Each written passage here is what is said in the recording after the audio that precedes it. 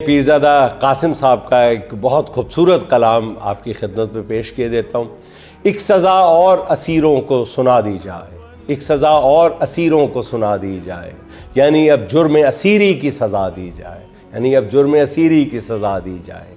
दस्ते नादीदा की तहक़ीक़ ज़रूरी है, मगर पहले जो आग लगी है वो बुझा दी जाए।